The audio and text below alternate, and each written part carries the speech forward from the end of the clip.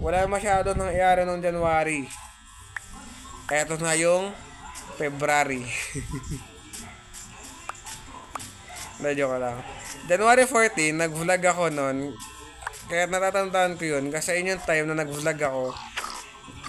Na Sunday routine. Nata yun yung time na naka-formal akong damit. Sobrang habado ko kasi yung first time na magpo-formal ako na damit. Pero January, nung first Sunday, bahala ako mag-formal. Kaso lang kasi, wala kasi ang problema niyan. Wala akong white t-shirt. Kasi gusto ko kasi every first Sunday, naka-white t-shirt ako. Tapos, naka-polo. Uy, may sweet berries pala dito. Oh. Medyo nakapalayo na yata ako sa base, Huwag ganun. Sumayan. Sobrang wado kasi di naman ako pala suot ng formal na damit. Kasi, ayun lang din yung tayo nagkaroon ako ng eto yung suot ko nun. Ayan. Tapos, nung time na yon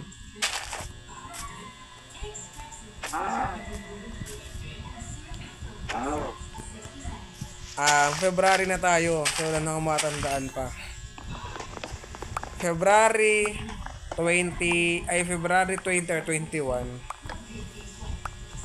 Bigla nag-blackout yung phone ko nang hindi ko alam. At sobrang kabado ko nun. Ito yung kwento ko na parang tiyatabad na magsalita. Ito yung kwento na medyo naguguluhan na yung utak ko. Kasi ilang beses ko na siya nagawa sa video ko. Ay, hindi ko pa ina-upload. Pero i-upload ko 100%. Kaya nga na-upload nyo ito. Pero nung time na yon ay... Nung time na yon may drum lesson kami na nabukasan at di nga ako nakapasok na Wednesday. Actually, kabado ako kasi unang sa lahat, wala na akong cellphone. Pangalawa ay papagalitan ako. So, ayun, Wednesday, sabi ko, Lord, hindi matapos yung araw na to hanggat hindi mo nabubuksan, hanggat hindi nabubuksan yung cellphone ko. Ayun nga, nung ginagabihan, actually, balo ako manghiram ng extra phone naman Pero hindi. Naisipan ko siyang i-charge. Kasi nung time na nag-blackout yun, naisipan ko, i-charge na lang siya. Baka na-drain lang. Pero imposible kasi 27% or 20 patas, 20 to 30% wala ng boses kaya na pa sa salita. Ito yung patunay na kayo na po nagre-record Ayun. Actually, siguro hindi mangyayari yun kung hindi mangyayari yung bagay na yon kung ako ay pasikat pala yung araw. Hindi mangyayari yung bagay na yon kung bakit para sa kaliwa? Di ba dapat sa kanan yun? So dito yung north, dito yung kasi di ba sa yung mundo yung sa east yung sun ay sa east sa east siya ganito ito na umaangat or basta yon. Tapos sa west siya lumulubog, di ba ganun? So ibig sabihin itong I am facing west, tapos east naman yung para gawin back. Di nga dapat ako makalat ng Bible study kasi meron na kasi ako kailangan sa kaibigan ko. May gusto akong malaman. Tapos, nung nakasama ko siya, nagkapagkanto na ako sa kanya, tapos bumalik ako po sa church para mag-Bible study. Tapos, ayun, nabuksan ko mamaya-maya. Nag-devotion ako at tamang-tama sa akin yung pinagagawa sa buhay. And after nun, mangyari, nakalimutan ko pala sabihin sa inyo yung dahilan, yung parang yung theory ko Nung time na nahabol ako ng activities, sabi sa akin, nag-ano ako kasi may picture ng ganitong activity. Ang sagot, bigla siya sumagot ng parang pasigaw na parang it shows me that he hates me. Wala! And accused me to rin, naayon niya sa akin, and I don't care. Wala akong pakailam. I don't need people para mahalin ako. Wah, shish. Tapos, nung time na yon, naulit yun nung March. Pero, ayun nga, naulit siya nung March.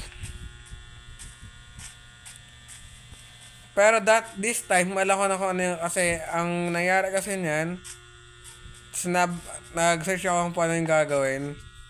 Nakahiram muna ako. Actually, nag-load nga kami nun.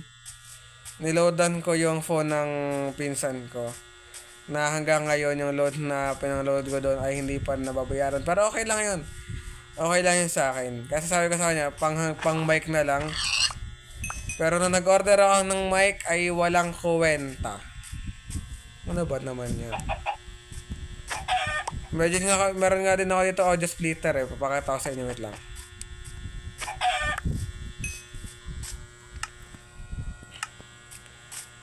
Dahil ko ng spruce sapling dito, oh my goodness. Para ng time na yon ay nakalimutan ko na sabihin ko. Nung time na yung time what do I need to say? Nakalimutan ko na. Like seryoso, hindi ko na alam. So eto April 4 birthday ko. Syempre, as usual, yung mga may birthday ano yan, ng +1. Uy, may pumpkin doon. Tapos meron akong tao na ina-expect ko na babati siya sa akin nung birthday ko. Pero hindi. Kahit na nakikita niya sa GC, kasi dahil babati sa akin at probably nakita na rin yung mga post ko, ay hindi pa rin siya, di niya pa rin ako binati. Ayun yung na-expect ko, yung BFF ko dati. Pero ayun.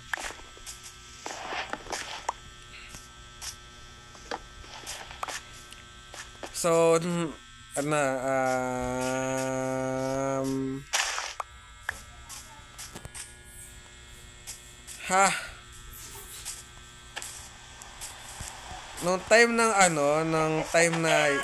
time na pumalo yung birthday ko, pumasok ako.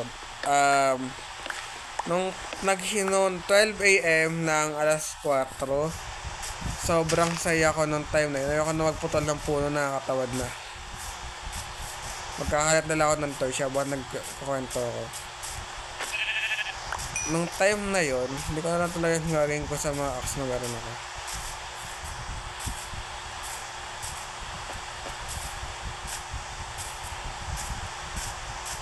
Lalagay ko nila yung acts na to sa ano.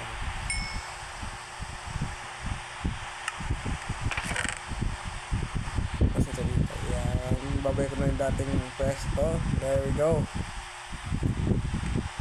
Tapos lagay mo yun dyan, yung wall, lagay mo dito, lalagay mo yun dito. Talagang puno. Kaya nga, going back to story, lahat ng charcoal na yan, gagawin ko siyang torch. Kasi madami naman kasi akong puno. Palang araw putuloy ko pa rin yung mga puno na yun eh. Tapos, nung time na yun,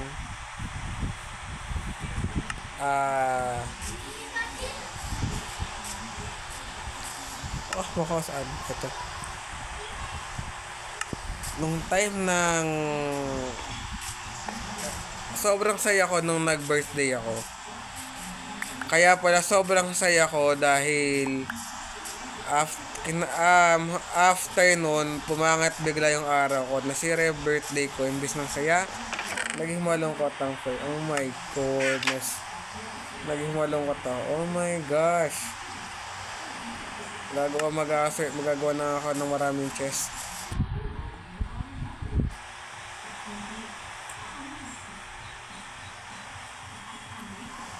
Mag-aas na ako ng kailangan ko kasi kasuhin dito.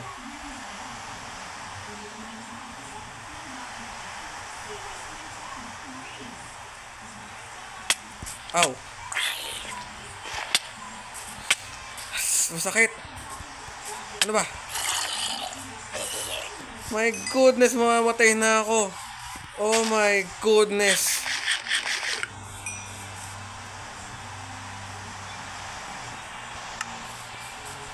Bago ako mag-mining, bago ako gawin yung iba, ito muna.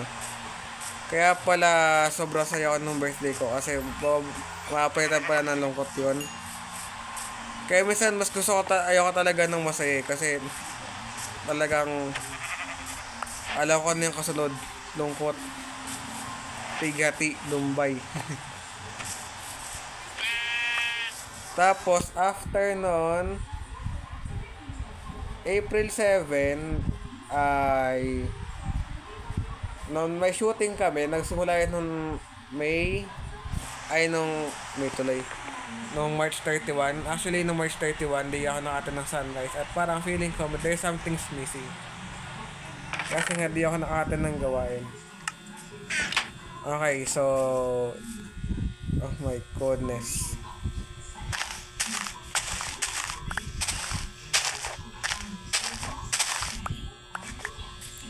I-waterlog ko yung mga chest ko. Ang dami zombie villager. Ano to? Wala namang village dito ah. Parang kompleto pa yung mga foreigns nyo. May village. Oh wait. Ang dami yung zombie villager. Ano yun?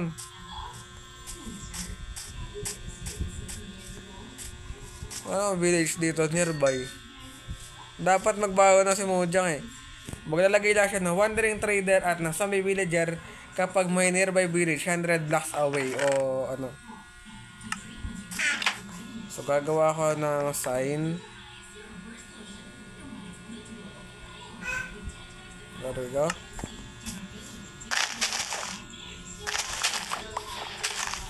Tapos yung time na yon, gabi, lobat na kasi ako. So, kinagabihan, nag-record ako ng Wild Rift. Di ko pa kasi na-upload. Wait lang, mali.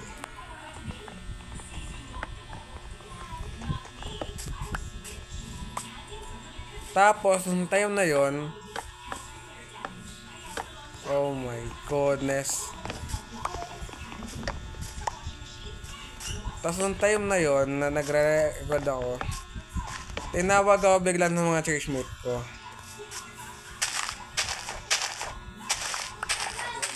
Tapos, after nung birthday, after nun, kasi nagre-record nga kasi ako. Tapos, sabi ko, wait lang, bago ko lagyan ng label yan. Kasi na yung araw, so sikat na siya. Tapos, nung time na yon na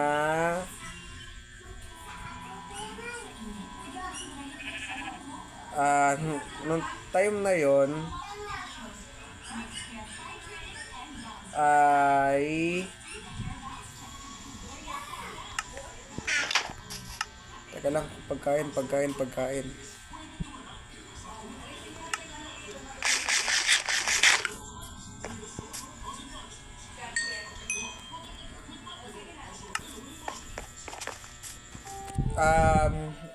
Na-post ko yung recording ko, sinatawag ako para batiin. Pero, nagkaroon ako ng, tama yung hula ko.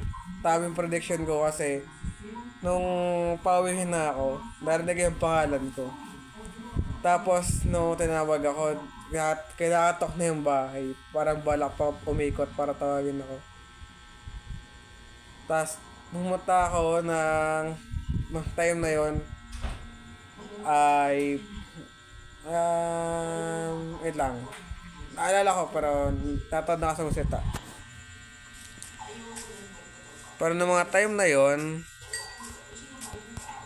ng pagkain, oh my goodness. Yung time na yun, tinatawag ako. Sabi, tawag ka, yari ka, may ano. So, di ako nawala kasi. Tama yung prediction ko, nababatiin nila ako. Nagkaroon ako ng penalty dahil endgame na yon. Pero okay lang yun.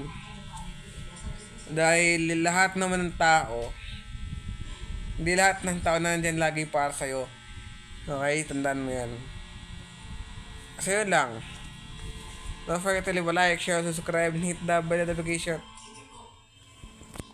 And choose all for you to be always updated with future videos. God bless.